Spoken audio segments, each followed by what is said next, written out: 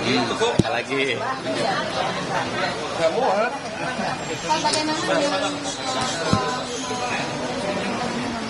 Ya, seluruh pelaporannya sudah diproses dan diterima dan nanti prosesnya dijelasin.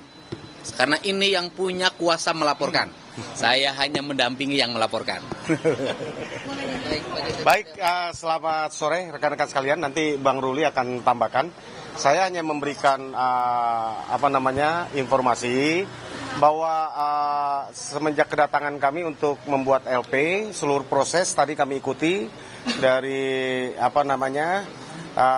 kita melaporkan sampai selesai. Saat ini semuanya sudah diterima dengan bukti-bukti yang kami bawa, semuanya dinyatakan lengkap, gitu ya. Dinyatakan lengkap artinya bahwa apa yang kami laporkan menurut penyidik, ya, karena dikonsulkan ke penyidik, ya, bisa ditindaklanjuti dalam bentuk penyelidikan, ya.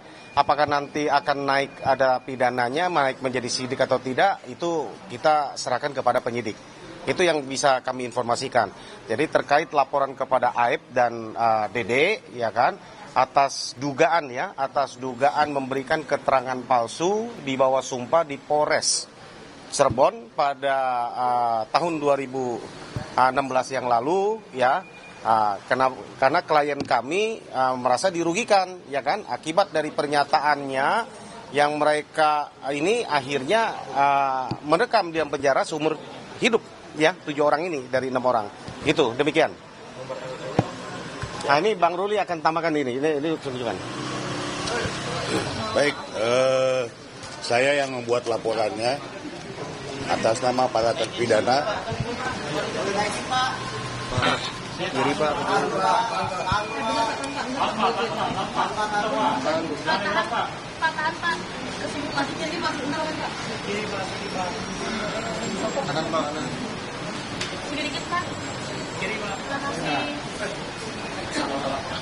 Sudah ya? Jelaskan, Pak. Nah, jadi betul bahwa hari ini saya membuat laporan atas nama para terpidana. Dan kegiatan ini adalah rangkaian kegiatan yang kami lakukan dalam rangka mencari novum dan bukti-bukti baru. Ke depan masih ada lagi. Nah, jadi mudah-mudahan kalau ini diterima dan terbukti, maka jalan cerita pengadilan itu jadi lain lagi. Nah, itu makanya kita membuat laporan ini. Mudah-mudahan ke depan kita akan diperiksa lagi tentunya, dan mudah-mudahan semua diberi kelancaran. Saya kira itu saja. Pasal yang disangkakan 242 mengenai laporan palsu. Pak, berarti itu tadi kan disebutkan bahwa ini akan jadi novum, ya, Pak. Nah, berarti itu untuk kepentingan PK, ya, Pak, ya? Betul. Kegiatan rangkaian yang kami roadshow yang selama ini kami lakukan kan muaranya nanti di PK gitu. Nah, dalam proses PK itu apakah nanti menunggu hasil dari proses penyidikan ini, atau di saat masih proses ini, masih proses penyelidikan laporan ini langsung dijadikan novum, Pak? Nanti kita akan diskusikan dengan semua kuasa hukum, nanti kita akan putuskan di sana. Pak, sebenarnya kesaksian apa Ya jelaslah kesaksian yang kita laporkan itu adalah kegiatan atau ucapan bohong yang dilakukan oleh AIP dan DD yang menyatakan bahwa mereka melihat 5 itu yang saat ini ada dalam jadi terpidana itu ada di depan SMP 11. Faktanya mereka nggak ada di situ, tapi dibilang di situ gitu loh. Dan banyak hal yang kita lihat bahwa dilempari di situ. Ya, penduduk sana kita udah ambil bukti-bukti, nggak ada tuh keributan malam itu.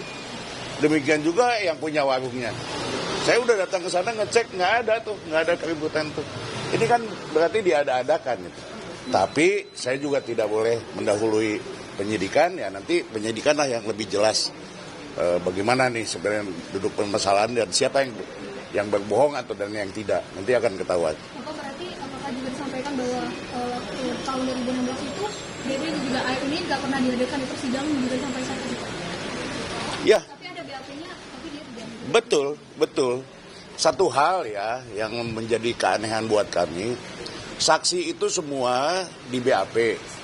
Tapi kecuali si AFDD ini waktu di BAP dia kemudian Tidak hadir di penyidikan, tidak dihadirkan di persidangan. bukan waktu dia di BAP dia di bawah sumpah. Artinya dari situ kan sudah kelihatan bahwa dia tidak akan dihadirkan.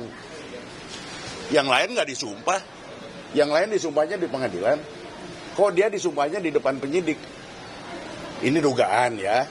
Tapi marilah nanti kita lihat bagaimana penyelidikan dan penyidikan yang dilakukan oleh kepolisian. Apakah nanti ada kemungkinan saksi yang datang untuk memperkuat ini? Banyak. Saya udah ngumpulkan lebih dari 10 saksi kok. Yang belum pernah diperiksa itu saksinya. Saya nggak boleh sebut nama saksinya karena belum waktunya ya. Nanti ada. Tapi artinya lebih dari 10. Ya. Siapa? Saya nggak tahu AF-nya melarikan diri atau enggak. Ya. Kita lihat ya nanti panggilan polisi dia datang atau enggak gitu. Ya. Kalau Ya. Soal tentang nasib Kapolda Jabar ya, banyak isinya sih. Hmm. Mungkin harus dipecat atau kebobrokan timnya dalam pengungkapan kasus Vina, mungkin Bapak sebagai tokoh masyarakat melihatnya seperti apa sih Pak? Iya, saya hari ini berfokus pada penanganan laporan dugaan sumpah palsu, kesaksian palsu di depan penyidik, ya kan? Karena bukan dilakukan di depan pengadilan, yaitu yang kita duga adalah saudara AF dan saudara Dede. Nah, kemudian tadi bicara persoalan AF tidak ada. Ayahnya itu adalah warga Kabupaten Purwakarta, Kecamatan Pleret, desanya Palinggihan. Rumah ayahnya ada. Dan kemudian AF di mana posisi hari ini bukan kepentingan kita. Kepentingan kita hari ini adalah kita berkepentingan bahwa 7 orang terpidana yang masih mendekam di penjara harus punya jalan untuk keluar. Ya kan? Jalan untuk keluar karena mereka, kalau saya sih sudah menyampaikan, diyakini tidak melakukan perbuatan sebagaimana yang dituduhkan dan didakwakan. Sehingga mereka mendekam di dalam penjara dan tidak main-main seumur hidup. Artinya bahwa dia sampai mati di dalam penjara. Saya melihat bahwa ini adalah peristiwa kemanusiaan yang luar biasa. Orang gitu kan yang dalam pandangan saya setelah melakukan keliling, wawancara, kemudian bicara dari satu ke tempat lain sampai hampir ada 70 dokumen yang saya miliki, saya tidak tega dan kita tidak boleh membiarkan orang yang tidak bersalah itu harus mendekam di penjara apalagi seumur hidup. Kan ini. Nah, ini adalah cara. Ini cara yang pertama. Pintu masuknya untuk mereka keluar itu adalah dengan PK. PK-nya dilakukan oleh kuasa hukum yang sudah ditangani oleh Peradi. Nah, kemudian pintu-pintunya kan sudah disampaikan. Satu, pintunya melalui dugaan kesaksian palsu RT Pasren dan anaknya Abdul Kahfi. Yang kedua, kesaksian palsu di BAP terhadap terduga AF dan Dede. Memang ada yang berat menurut saya. Ada yang berat secara psikologi ini adalah menyangkut pernyataannya Saudara Sudirman. Beratnya bagaimana? Satu sisi Saudara Sudirman tuh pernyataannya sangat merugikan ya, baik buat Peggy kemarin maupun terhadap 7 terpidana yang lainnya. Tetapi di sisi lain Saudara Sudirman pun adalah orang yang dipidana. Nah, ini kan dilema kita. Untuk itu sebenarnya ada solusi yang terbaik terhadap Saudara Sudirman. Saya berharap, nanti kan Saudara Sudirman pasti akan jadi saksi juga di peristiwa ini. Nanti Saudara Sudirman diperiksa aspek kecakapannya. Apakah dia cakap untuk melakukan perbuatan hukum atau harus di bawah pengampuan. Nah, kalau harus di bawah pengampuan, maka keterangan-keterangan Sudirman yang terdahulu itu gugur dalam pandangan saya.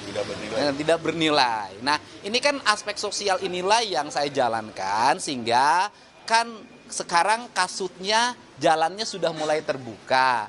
Dan saya meyakini betul bahwa Mabes Polri di bawah kepemimpinan Pak Kapolri akan terus berjalan pada rel yang benar. Dan ke depan kita berharap kasus peradilan yang sesat tidak boleh terjadi lagi. tidak boleh ada korban-korban diakibatkan oleh peradilan yang mengadili orang tanpa fakta yang memadai, tanpa alat bukti yang memadai. Dan sudah diakui kan bahwa kasus ini tidak dilengkapi oleh Science Crime Investigation kan, tidak dimiliki. CCTV-nya sampai sekarang nggak dibuka. Nah dari sisi aspek teknis sebenarnya kan gampang. Misalnya mereka waktu itu di mana sih bermalamnya, jam sekian di mana, mereka kan punya HP. HP-nya kan sudah disita, tinggal dibuka saja HP-nya. Nanti kelihatan posisinya dan ini tidak bisa dibantah lagi karena aspek sains. Mudah-mudahan Pak Bespori nanti akan menangani menggunakan pendekatan aspek sains, bukan katanya. Ya. Bapak kan sudah menilai kalau terpidana ini tidak bersalah. Kemudian di sisi lain ada orang mati 2 orang. Lantas siapa yang bisa dituntut pertanggungjawaban atas kematian 2 orang ini? Apakah karena memang kecelakaan atau ada? Oke. Bertanya persoalan yang meninggal itu 2 orang sebenarnya bukan ranah saya, tetapi ranah kepolisian. Tetapi ini kan cara. Kalau nanti kemudian 7 terpidana itu dibebaskan melalui PK, maka akan muncul pertanyaan berikutnya. Apa yang sebenarnya terjadi pada Eki dan Vina? Apakah ini kecelakaan murni atau pembunuhan?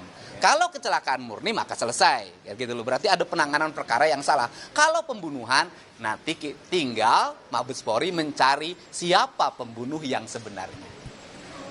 Oke? Cukup kan? Iya, tes DNA-nya sudah, kemudian hari Senin akan diambil hasilnya dan kuasanya sudah diberikan penuh kepada saya untuk mengambilnya. Jadi mereka sudah tidak mencampuri lagi. Aman itu. Dan kenapa sih Peggy Cianjur saya lakukan tes DNA? Jangan sampai netizen ini, media sosial kita ini kembangkan cocok logi.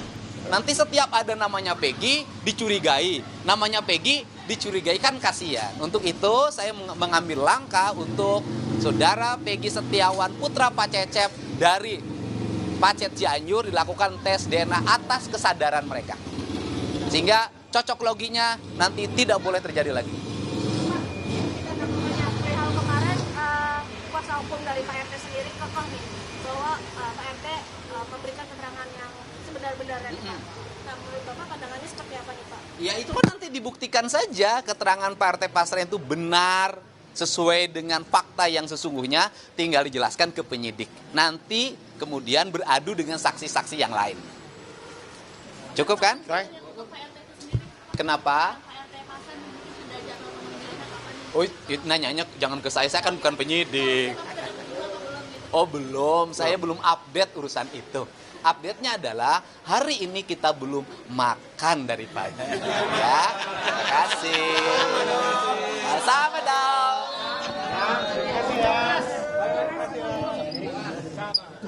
Sama ya, sama. Kita belum makan. Ruli Panggabean.